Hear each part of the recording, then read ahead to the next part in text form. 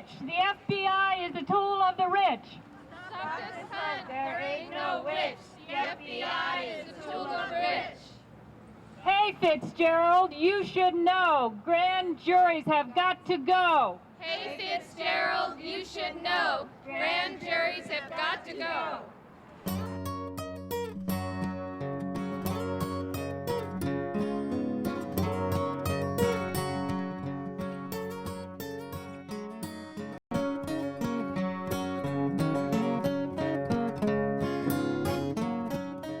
This is Masao Suzuki, and he was visited by the FBI in September, I believe. Could you tell us about that day? Yes, it was a little before 7 a.m. and I was getting my daughter into the car to take her to school, and the young man came up and he said, "Are you Masao Suzuki?" And I said, "Yes." And then he said, "Hi, I'm from the FBI," flashed his badge. "I'd like to ask you a few questions." And I exercised my right not to talk to him. But because I wouldn't talk to him, he said, "Well, if you don't answer a few simple questions, Mr. Suzuki, we can go ask your neighbors and coworkers." And because of that, I immediately started I called up my vice president of my union and started telling people at school about it, because I think the best way to respond to this is not to talk to the FBI and to tell everyone else about what's going on.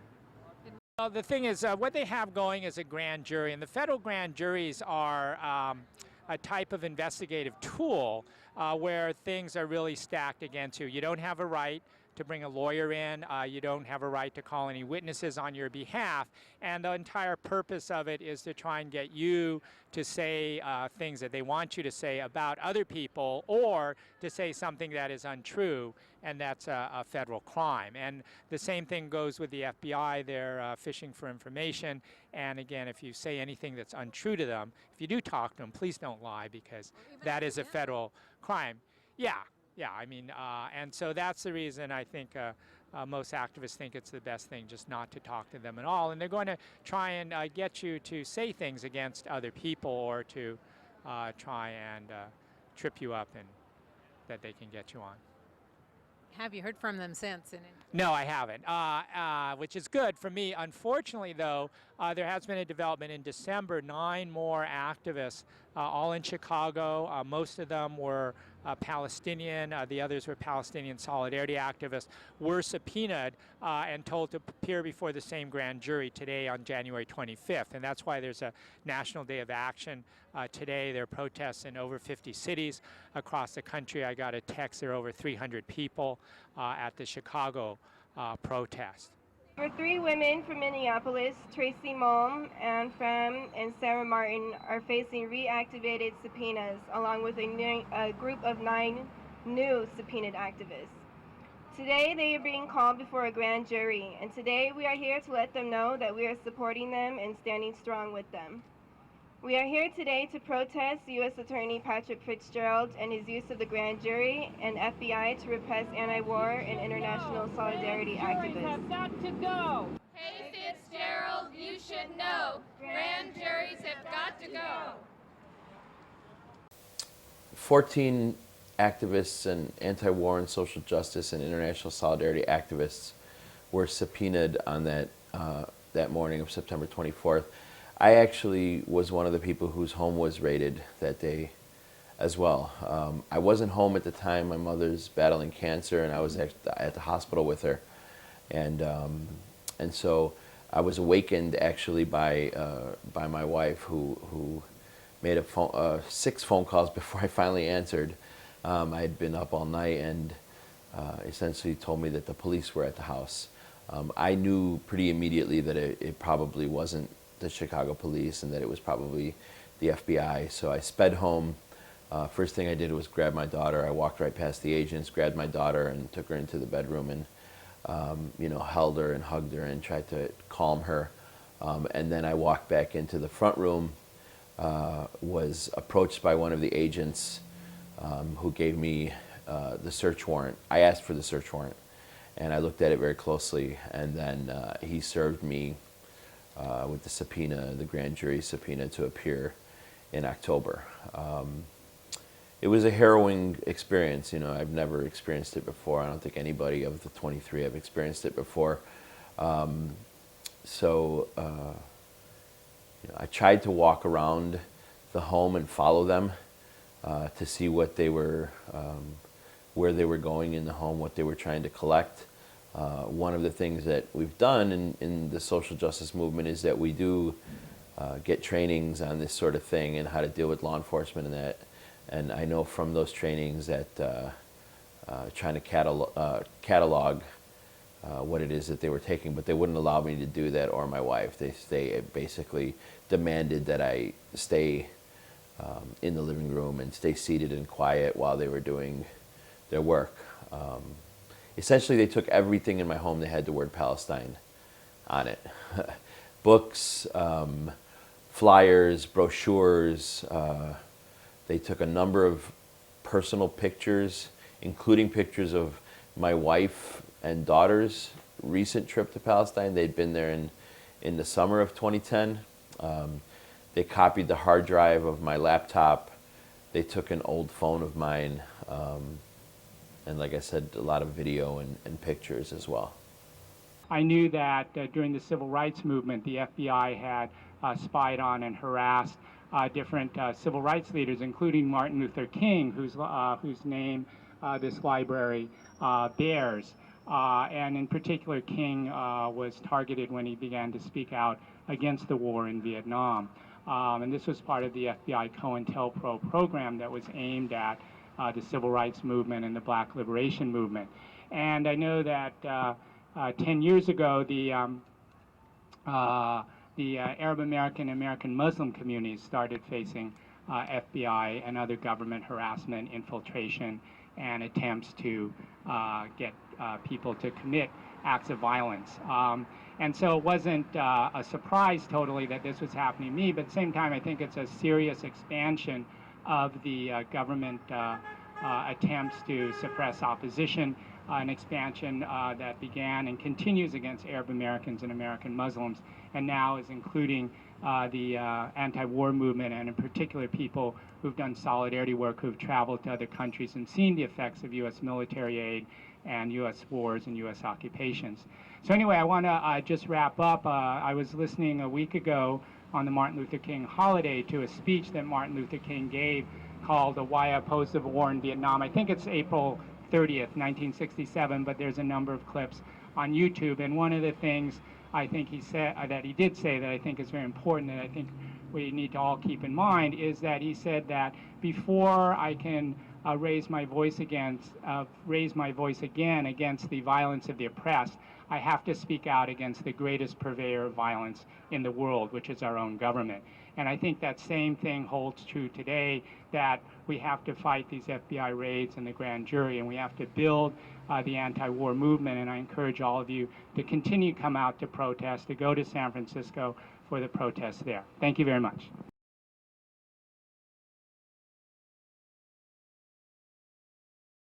There's a long history of the FBI questioning people not for what they've done, but for who they are or what they believe. In the days after December 7th, 1941, the FBI and other government agents arrested hundreds and ultimately a total of 2,000 leaders, business people, church people, flower arrangers, dance teachers, anyone who had ties with Japan in the Japanese American community. This was prior to the mass roundup of Japanese for concentration camps. And then I knew in the 60s the FBI had a COINTELPRO program that spied on and tried to harass and disrupt different civil rights and activist organizations. They spied on Dr. Martin Luther King. They helped carry out a program to disrupt the activities of the Black Panther Party. And then most recently, in the last 9 years since September 11th, many Arab Americans and American Muslims have been singled out by the government for questioning. Mosques, Islamic centers have been infiltrated, etc. Code Pink, Women Against War, we're here, and we're happy to see so many other people here. It's great to be in solidarity with these activists in the Midwest who are being targeted by the FBI simply because they are peace activists and solidarity activists.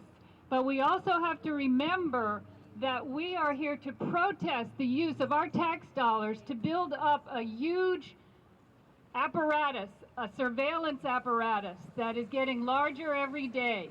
There was a very good series of articles in the Washington Post called Top Secret America, and it documented what was happening all over our country, that our tax dollars are used to fund FBI raids, FBI sting operations. Can you believe that the FBI recruits people who get tricked into thinking that this is the right thing to do, and they go along with a plot that the FBI has dreamed up? For example, in Portland, Oregon, they had a plot that was going to supposedly explode a bomb during the Christmas tree lighting ceremony. It turned out this was an FBI sting operation, completely instigated and set up by the FBI.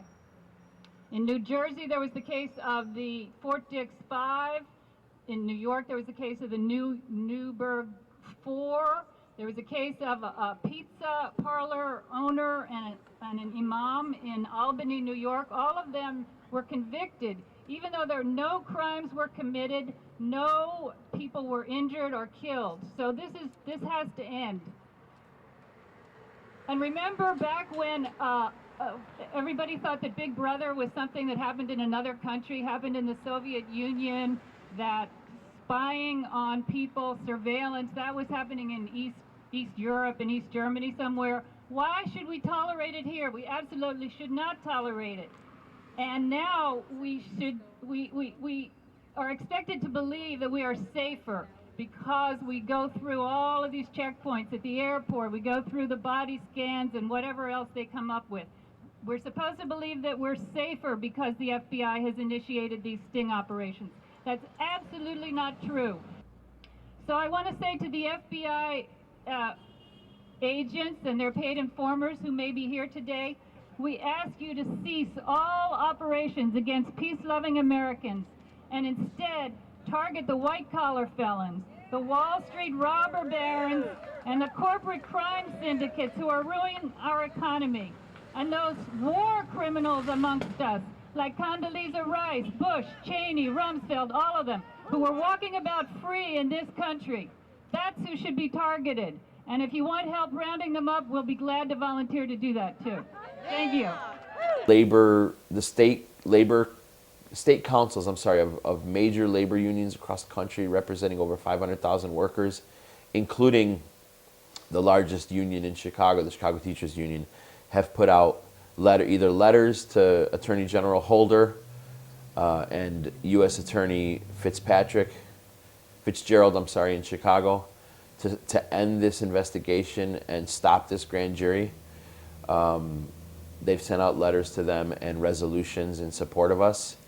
There have been faith-based organizations who have come out and put out a resolution on behalf of the faith community. The Presbyterian Church, about a week ago, put out an incredibly powerful statement in support of the 23 subpoenaed activists. We have a lot of broad and diverse support because I think people from our movements, from the peace and justice movement, from the international solidarity movement, realize that this is an attack on all of our work. I'm here today representing the South Bay Labor Council, and the South Bay Labor Council, I think, is a very important part of whatever fight we're going to put up for justice, for not continuing the growth of a police state, and in whatever else we do, because I don't know if everybody knows what the Labor Council is. It's more than 87 different unions together with over 100,000 members, and though we don't have good direct contact with members on some things, we do on others, and when the Labor Council speaks, it speaks with a very loud and powerful voice, partially because it gets very much involved in the political scene and is responsible for electing some of the best people we have in office and a few of the worst. But we never can always tell. The Labor Council passed a resolution, and the Labor Council has had some experience with the FBI, although many people in the Labor Council are unaware of it. If we go back to 1960 or so, they hired their first business agent who had been fingered by the FBI and blacklisted as a journalist in San Francisco. That was Emerson Street. And he helped put together a broad coalition of support from the rank and file. The Labor Council was one of the few AFL-CIO labor councils which took active opposition to the U.S. war in Vietnam. It's often called the Vietnam War, but it was the U.S. war. When Richard Nixon came to town to lift his fingers in victory, the Labor Council organized, was part of the organization that put together a demonstration. And when that was done, the FBI was all over the place questioning people and giving people who participated a very hard time in the same way as they're doing today. There were no subpoenas, though. There were FBI organized COINTELPRO break-ins, one at the office of a labor lawyer, John Thorne, and another at the Peace Center, and another at the house of one of the National Farm Worker Association activists. And it was over supporting the National Farm Workers Association, which became the United Farm Workers of America. They wanted to get whatever evidence they could to brand it as a left-wing organization. And when Cesar Chavez first came to San Jose, he was invited by the Labor Council to speak at the Labor Temple, and as he was speaking, death threats were offered to people who organized that meeting. In terms of what is happening right now, the Labor Council in October, in its first meeting after the September 24th break-ins and subpoenas, the South Bay Labor Council passed a resolution unanimously that said this, that came to this conclusion: be it resolved that the South Bay AFL-CIO Labor Council denounce the September 24 FBI raids on the homes and offices of trade union solidarity and anti-war activists in Minneapolis. At least 10 of the people who were harassed by the FBI and subpoenaed were trade union activists. And this took place in Minneapolis, Chicago, and elsewhere, and denounces the confiscation of computers and personal belongings and the issuance of grand jury subpoenas. This has all the earmarks of a fishing expedition. The FBI raids are reminiscent of the Palmer raids, that was in 1919, the McCarthy hearings in the 50s, J. Edgar Hoover and COINTELPRO, and they mark a new and dangerous chapter in the protracted assault on the First Amendment rights of every union fighter, international solidarity activist, or anti-war campaigner, which began with 9/11 and the USA Patriot Act. Be it further resolved that we make the following demands. 1, stop the repression against trade union, anti-war, and international solidarity activists.